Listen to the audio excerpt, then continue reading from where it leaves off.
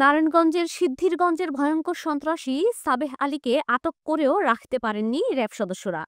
সাবেহ Ali সহযোগীরা RAB সদস্যদের উপর হামলা করে তাকে ছিনিয়ে নেয়। সন্ত্রাসীদের হামলায় আহত হয়েছেন র্যাবের ৩ সদস্য সহ ৪ জন।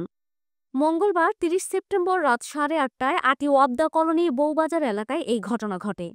বিষয়টি নিশ্চিত করেছেন প্রত্যক্ষদর্শী ও র্যাব ১১ এর CPSC lieutenant commander Mohammad Naimul Haque. সন্ত্রাসী সাহেব আলী ৩৮ ওয়াবদা কলোনি বউবাজার এলাকার মৃত গিয়াসউদ্দিনের ছেলে। সাহেব আলীর বিরুদ্ধে হত্যা, ডাকাতি সহ ডজন খানেক মামলা রয়েছে। জানা গেছে, এক সহযোগী সহ সাহেব আলীকে আটক করে সাদা পোশাকধারী র্যাবের একটি অভিযানিক দল।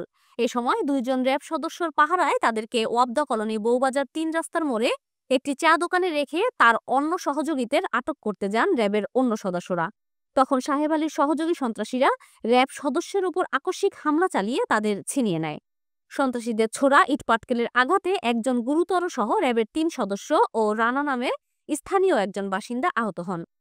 র্যাব ১১ এর CPSC lieutenant commander Mohammad Naimul Haque জানান, গোপন সংবাদের ভিত্তিতে আমাদের গোয়েন্দা সদস্যরা সাহেব আলীর অবস্থান নিশ্চিত হয়ে বউবাজার এলাকায় যায়। এ সময় একদল সন্ত্রাসী বাহিনী তাদেরকে আক্রমণ করে।